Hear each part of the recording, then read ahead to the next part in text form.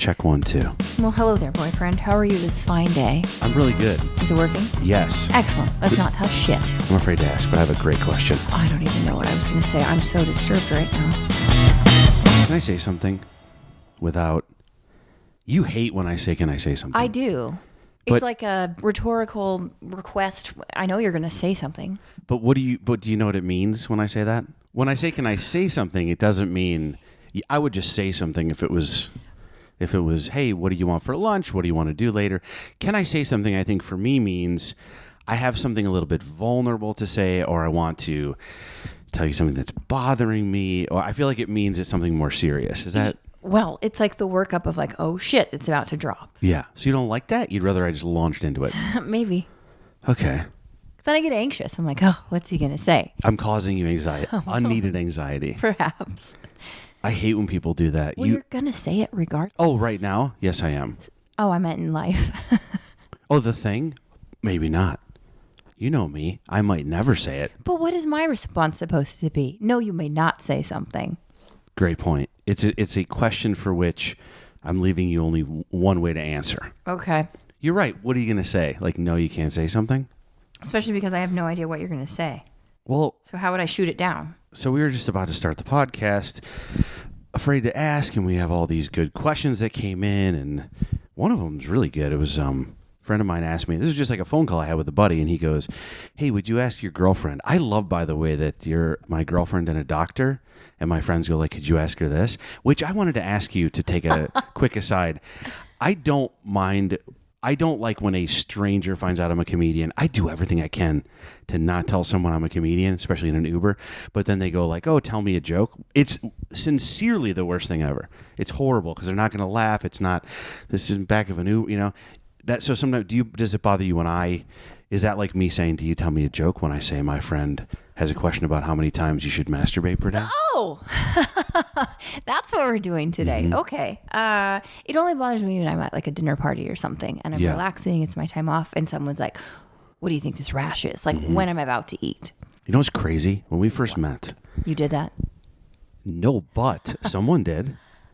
When we first met, I go, I don't like when people do this. And you go, I don't like when people ask medical advice. I go, does that really happen? That's right. And then we were in a green room and you were alone. The green room is like backstage where comedians hang out before the show. A guy I have never met, as I walked in the green room, was I believe taking off his shoe and sock. Yes. To show you a foot. And that was rash. Our first show together. It was, we first time we'd ever hung out. So and I was like, awesome. So I get to provide free medical care in a green room. It was super inappropriate. And you were on stage laughing and he was showing me his foot. Yeah. I could hear it and yeah. I felt like that was super inappropriate. Well, it's difficult too because there's a lot of legal ramifications, right? Like I can't treat a patient. If I say something right. and either I don't have the full picture and I'm guessing and I get it wrong because I don't have their lab work, you can be liable. So doctors are very hesitant to treat their friends or even extended family. Yeah. Because if you don't have the whole picture and you're not their actual physician, you can get into a lot of trouble. Sure. When people open for me, there are certain things that I think will get them uninvited. Sometimes it's having a crazy party backstage. I don't mind somebody has a couple drinks. I don't drink. I don't mind when people drink. I like when you drink. And you're a fun drinker, but I don't like when someone pounds drinks. There's a couple of things I don't love. I don't like when someone invites a bunch of people back to the green room, and my number one is showing my girlfriend your foot rash and asking her to help you. We're on the same page then. We're not. He was a nice guy. Super nice guy. But that's a judgment. That's bad what, judgment. though? I'm not a comedian, so he was trying to find like common ground. I'm going to give him the benefit of the doubt. Do you think he had good intentions? Do you think he really wanted, and he probably didn't have, we know he didn't have medical insurance. He's a comedian. That's not nice.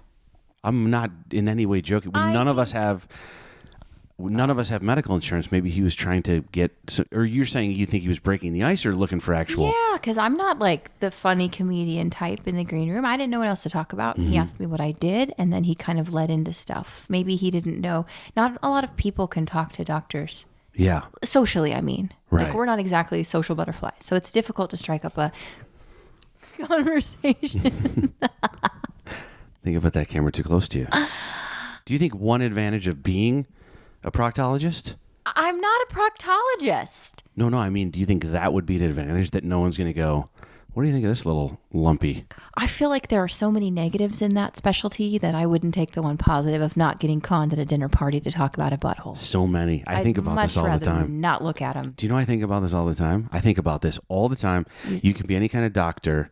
There's a list. There's vaginas on that list, and then you have you could treat children, you could do pregnancies and stuff. And there's a guy out there that went, asshole. That's me. That's One of my all best me. friends did that. Passion. That's my passion. Do you think is vagina in a smaller font than asshole? Is that why he chose? Oh, come on. Did he not see that one?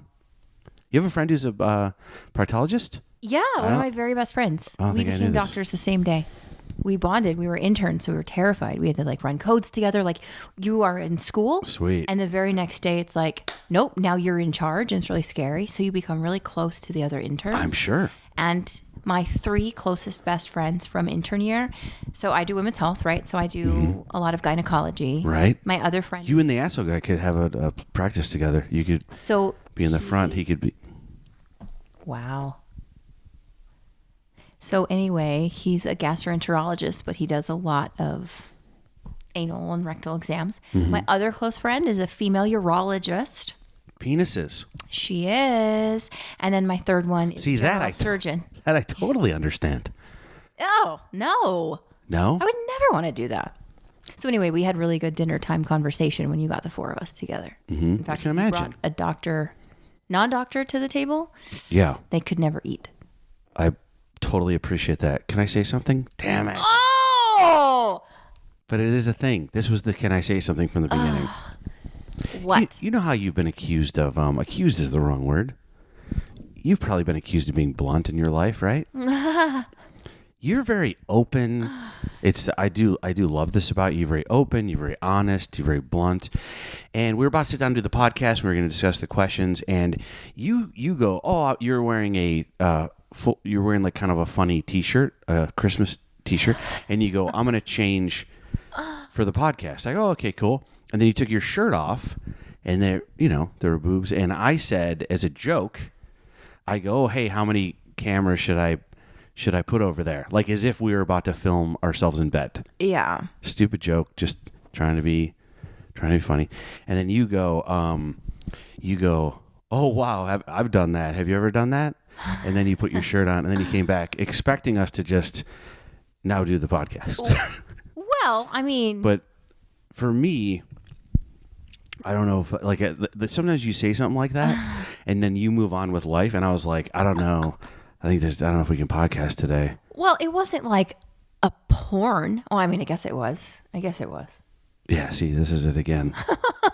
It's happening again. I mean... But it throws me, you say something, and I don't think... It was probably a long time ago, and I don't even know if I want to... I'm going to be honest with you, I'm afraid to ask. This is the perfect... I don't even know if I want to know. But if it was a long... things get in my head. I get triggered sometimes. Obviously, it happened before you met me or knew me, but I think I have this they call it retroactive jealousy sometimes, where it makes me uncomfortable, and I don't know, and I get it. You're a beautiful woman.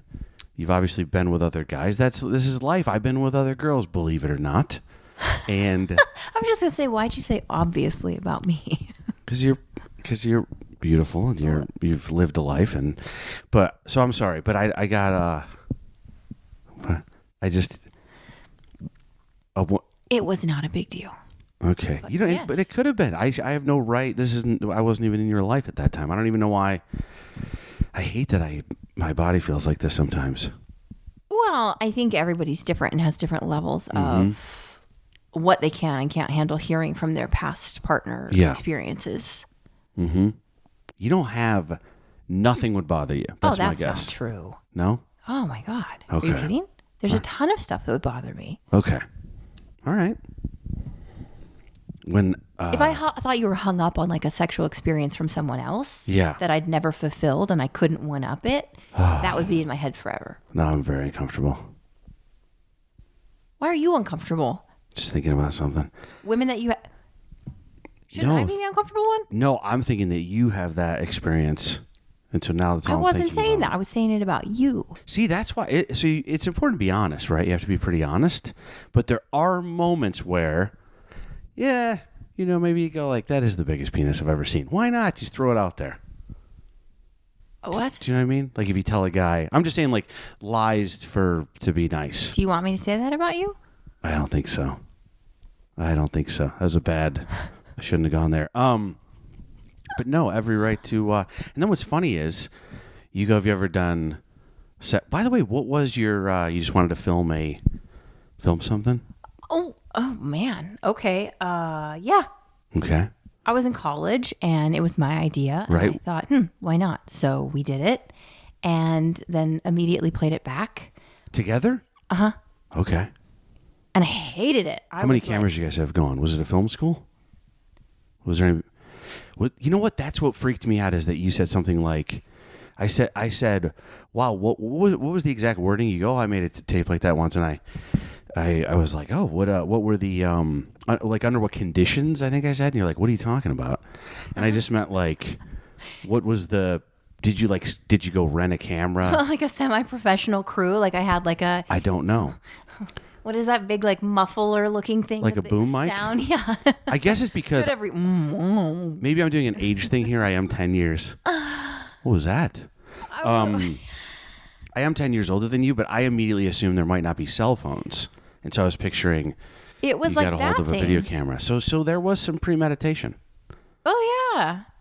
Let the listener know you just pointed at a video camera. Well, yeah, it was like one of those. And then right afterwards, I watched it and I was like, yeah, like let's do this. Right? Okay. Let's spice it up. And then I watched it and I was like, oh, fuck, let's not spice it. Like, that's disgusting. I don't ever want to do it again. But it was like watching yourself have sex is probably one of the worst things I have ever done. Yeah. Hugest turn off for me. You don't look pretty, by the way. Me? Not you. Oh. No, like I didn't. Like, when you watch a porn and you're kind of like judging them, like the girl looks pretty, but I don't like her teeth. The guy looks okay, but I don't like his right nut or whatever you judge. Yeah.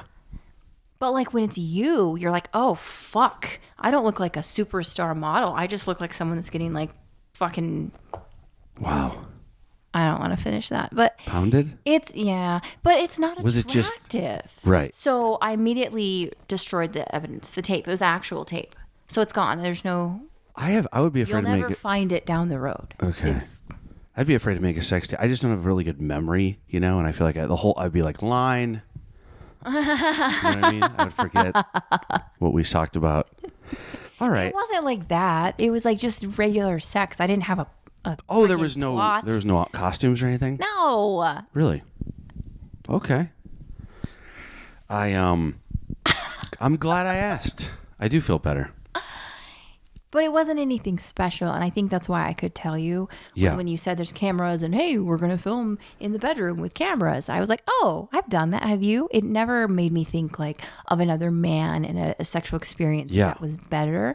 Like you fulfill me, so I'm fully comfortable telling you stuff that's happened in the past. I get that I'm a maniac, by the way. I get that if someone heard this, they'd go, well, this guy, no. What does it have to do with you? I understand that. I just can't help it sometimes. I think if you polled men, the average man would say he wanted to never think of his partner as being sexually active with other people. Yeah. Which is different because I think most women prefer their partner to have some experience. Mm. Do you prefer the guy to have some experience but then not to hear about it? Just sort of go like, hey, what's your number? How many people have you been with? Like that discussion as opposed to, oh, yeah, she had a special move. Well, we talked about our numbers, right? And it threw me at first. Mm-hmm. You were like, there's a comma in yours. That's impressive. Oh, my gosh. I don't enjoy that, but I suppose. No. Wow. Mine was higher than yours. It wasn't very high. It was a lot higher than mine.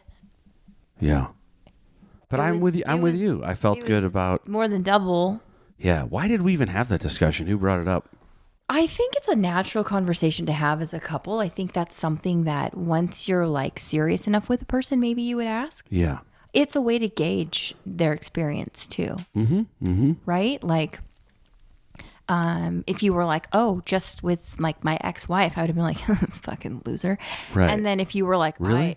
I think so. Yeah. Okay. Fair. But that's me. A lot of people prefer their partner to never have had sex before, right? But then if you were like, I can't remember. I was at clubs all the time. I had sex with like 200 people. I would have Right. been like, oh my God. And it would have been very intimidating for you to have like touched that many bodies and like used sex as just a vessel and not like an intimate thing. Would it have been a deal breaker? That's or would a you have great given me a question. chance? I would have given you If a I said, chance. what if I said 500 or something? It would have been in my head. I would have had a really hard time with that. Okay. But maybe not a deal breaker. Maybe it would depend. That's a lot. 500 is crazy. Well, I've known guys who have bragged about sleeping with a couple hundred women, and I don't consider it to be bragging rights anymore. I almost feel like that's a pathological condition where you have to sleep with that many people. Yeah. You're not getting something out of it at that point. I think so. But if we flipped it, what's too high of a number? One. Even one other person. What? You mean in general? I thought you meant in my crazy mind. I looked this up once. I'm going to pull it up again. What, The average numbers? Mm-hmm. Wow. Yeah. I would say it certainly depends on age and profession. I would say... What? Right? You got to think. It's about access. It's about opportunity. Well, I think this was just a randomized 10. poll. I'm going to say 10. Well, women and men differ. Okay. Men, 10. Women, 5. 100% of respondents fucking lying.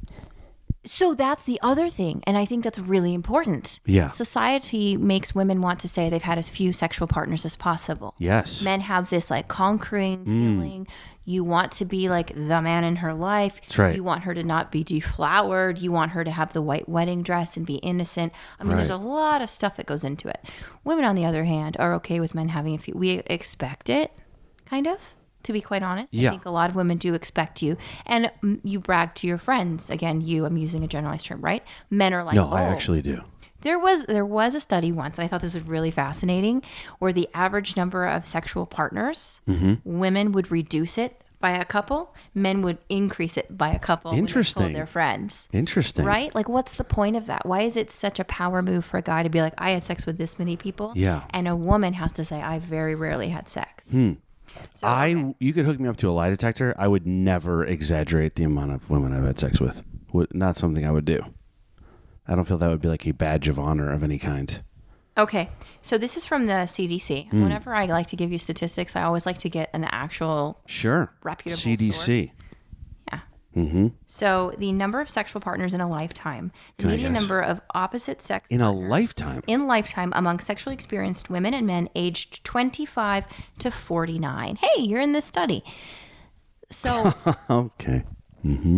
Next year I wouldn't be allowed in. So this is sexual partners lifetime. and sex is defined as vaginal, oral, or anal sex. It's not including oral. That's interesting. That is interesting. My number would go. Jeez. Okay. I think we got to stop the podcast. Podcast is over. I don't define it as that. I just define it as like This penetrative. is one of those things where you continue and I'm like, huh. I would say vaginal and anal sex to me would count. Okay. But okay, so the average that women reported, this is self-reporting, was 4.3 partners in a life. By the way, I studied psychology. I know a lot about statistics. Self-reporting means completely inaccurate. Go ahead. I agree. Wildly inaccurate. 4.3 and men 6.3. 4.3. 6.3 in a lifetime. The study's ruined because of the oral sex thing. In my opinion. So Changes everything. But great information. that's the average, right? But you have underliers, right? It was about 17% with one partner. Wow. This is an interesting discrepancy. Wow. So it was 17% for women for one partner, 11% men reported one partner. And then the rest of it's kind of like a wash of the numbers. But then 15 or more partners, women, it was 13%. Men, 15 or more partners, 28%. Okay. So you lost a lot. There's a lot of wiggle room there. Sure. So Yep. anyway. That's what I say when I'm talking about someone with a huge vagina. I go, that's a lot of wiggle room. What did you just say? I didn't mean to interrupt you. Did you just say someone with a huge vagina? Yeah, that's where that phrase came from. There's a lot of wiggle room. Go ahead. Do you want to know something about that? I'm going to just smash the shit out of that. Okay. Why would a woman's vagina be stretched out? Why would a woman's vagina be stretched out? Due to... Give me the physiological reason, and I'll explain it to you. Because something's been in there. Well, so your vagina is a muscle, pelvic floor muscles. There's a ton of them. So with time, with exercises, you can strengthen it and Kegels. make it tighter. Kegel exercises are definitely part of that. That helps a lot with urinary incontinence too. So anyway, yes, it's a muscle. So if a woman is exercising actively, you cannot tell. That is... Right? She'll have a lot more strength. Do women count? I never knew that was an extra, like a woman feel like, oh, today's chest and tries, tomorrow's bicep and vaginas. Oh, it's so important. It's so important. I fucking hate trampolines now after kids. Like, you can't do shit. It's crazy. What are you talking about? I mean, when you lose pelvic floor strength, you pee your pants. Really? Yeah, I have. On a trampoline? In public. Is this common? Extremely common for women. And it doesn't have to be vaginal. It just has to be carrying a baby, because your ligaments in your pelvis get kind of stretched, and over time your pelvic floor weakens as well.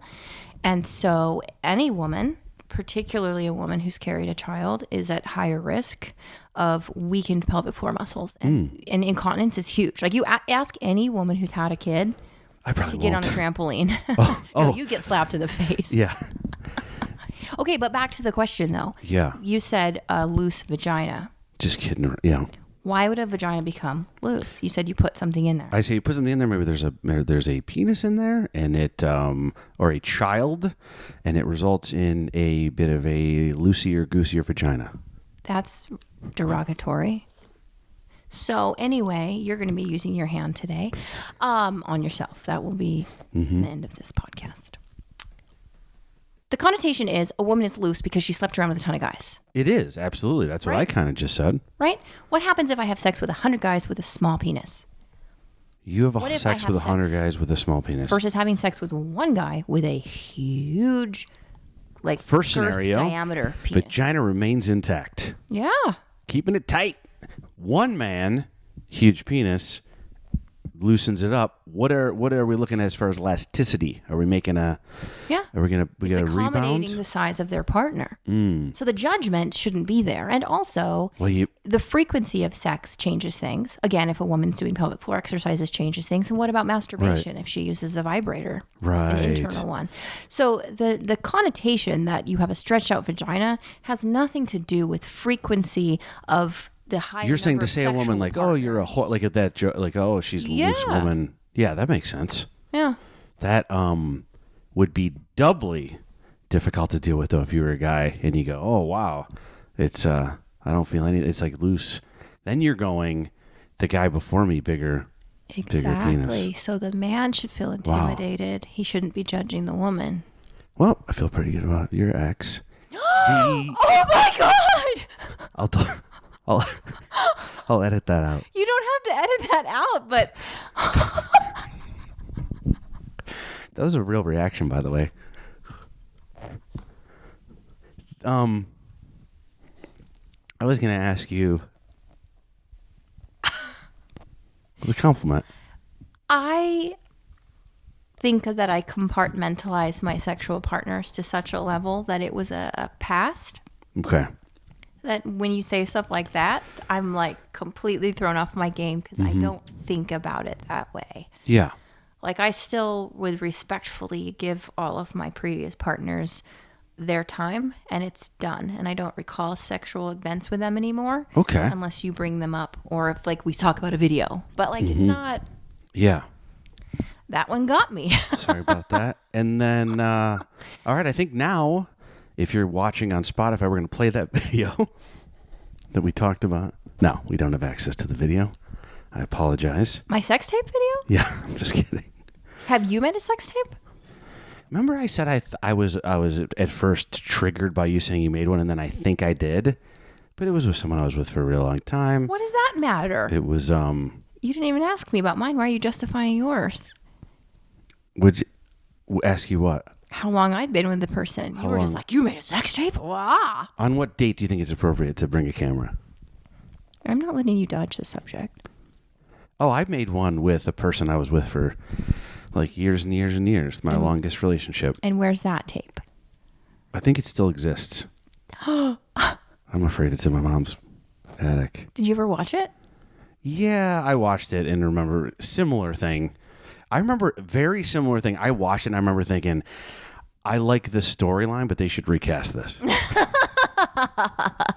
I think I just struggled with because you're so vulnerable and you think, oh, maybe I look attractive. And then you see it and you're like, fuck, I do not look attractive. Yeah. That was mine. Yeah. I didn't need like the pool guy to come clean my pool and like take off with me afterwards. Well, and you have, in a pornographic film, you have the best possible angles and lighting, and we don't know what we're doing, right? You're just like, it's just a guy with a camera. I was trying to do like a POV, like, hey, what's up, right? Oh, I was holding like the Blair Witch Project? Yeah. A true horror movie. Oh my God. Yeah, I was trying to do a found footage pornographic film. Oh my God. Is it really in your mom's house? I don't want to say this because she'll listen. No matter what I say to her, she'll listen to this podcast. I'll be like, you don't want to listen to that. She'll be like, oh, I won't. She'll be have her earbuds in. No, I think I threw it away. I probably threw it away. You know what's funny? This is going to show you how old I am compared to you. It's on a format of videotape that would require going to a special place to get it transferred. They don't even make it anymore. I think it was a Super 8 or something. Like some sort of weird... It's definitely not digital. So it's gone forever. So I would have to take it to a place and go, could you do this thing if I even wanted to see it? Which I don't even want to see that. That's like the awkward thing where you try to print like sexy pictures that you've taken for somebody at Walgreens. Yeah. And like the teenager watches them pop out one at a time of like your ass. And then, yeah, I've obviously done that too. I'm sorry. You have? Well, yeah. Why Polaroids? It wasn't Polaroid. Why not Polaroids, you mean? Yeah, why not just a phone picture? Why are you taking him to Walgreens? This is pre-phone? This is pre-phone. New, really? Okay. You've done some good stuff. The guy at Walgreens thought so. So this was like a gift? Yeah. Isn't it crazy? That like what would be called like a dick pic, which I hate that phrase. Is it not so crazy? Wants that though. No. Oh, I know. I sent one penis picture my whole life. In my whole life, it's very vulnerable. I was having like a day where I was like, wow, this looks, lighting's good. And it was something was happening and I sent you the picture. And I really took my time. There was a ring light involved for my podcast. I really took some time. Was there makeup on it? No makeup, but it's impressive. I did last looks on it. Like, okay, last looks. And I sent it to you and you were kind enough to go, you used it. Yeah, that's like, do you remember this? You were very nice, and you go, hey, that looks good, nice one. And then you used really nice words, and then the next day you were like, I don't like those that much. Don't do that again. You nicely suggested that I not ever do that again, which I won't, and I appreciate that. I think penis photographs come across as cheesy or silly, just like male strippers come across as comical and like almost like a joke. Like they're not the real thing. It doesn't turn us on versus pictures of women in general. If we do them seductively with lingerie or something, it tends to really put you in the mood. Yeah, I get it. Erika, you don't want any more dick pictures. I do not. I like the rest of your body, just not your... Okay. In a picture. Okay. I don't think anyone would argue that. No, that's a very important clarification. You know what I would be interested in? The homosexual population's opinion, homosexual males, I mean, of dick pics. Because I bet they fucking do a great job. Oh, yeah. And have a really good opinion of like what theirs looks like. No, seriously, I feel like that would be a very interesting topic to explore. Okay. But as a heterosexual female, I don't find penises to be alluring. I find like your abs to be attractive, or like that V that I told you I love, like in your groin, and like just like hide the goods. You know what's weird? Like leave me wanting more. Yes. The penis picture definitely left you wanting less. I remember the text you sent me back. Well, how do you feel about like spread eagle pictures in like Penthouse? Is it kind of like, yeah, that's a lot of... No, I mean, I guess like more is better. I don't even understand. Oh, really? Whenever someone I kind of compare it to sometimes someone will go like, "Oh, that chocolate cake, I can't eat it. It's too rich." I don't know what they're talking about. Are you serious? I don't need a spread eagle picture. No, really. Like if you saw like full frontal versus like a spread eagle one. All right, you got me. I would rather see. I need there to be. I would even rather have lingerie slightly pulled up as opposed to totally naked. You're right. I don't want it all the way in there. That's interesting. Yeah. Whenever I see a vagina picture and it's like way too close, I go, that guy used the wrong lens. He's too close. You got to pan back. Right? Because you're way too close. You can't even tell what's happening in there. Do you think we're the norm, or do you think everybody feels this way? I don't know. I think most people, I should say. Coming up on the next episode of Afraid to Ask, I got 2 questions coming in, and both of them are from people I know that posed this question to me and then said, could you ask Dr. Erika? They said, could you ask your girlfriend? And the first question is, what is the normal amount of masturbating? I'm afraid to ask, but I have a great question. Do women, so when you're a guy, you're almost 2 different people before and after you finish, right? So like there are things because you get excited, there are things you might say or do that, and maybe guilt plays into this, maybe like a religious guilt, but there are moments when, right when, after it happens, like there's like kind of like a guilt, like, oh my God, like I have to, like I feel like back in the day, I wished that the perfect orgasm would be, it happened right as the girl was leaving. Door closes. Oh my God.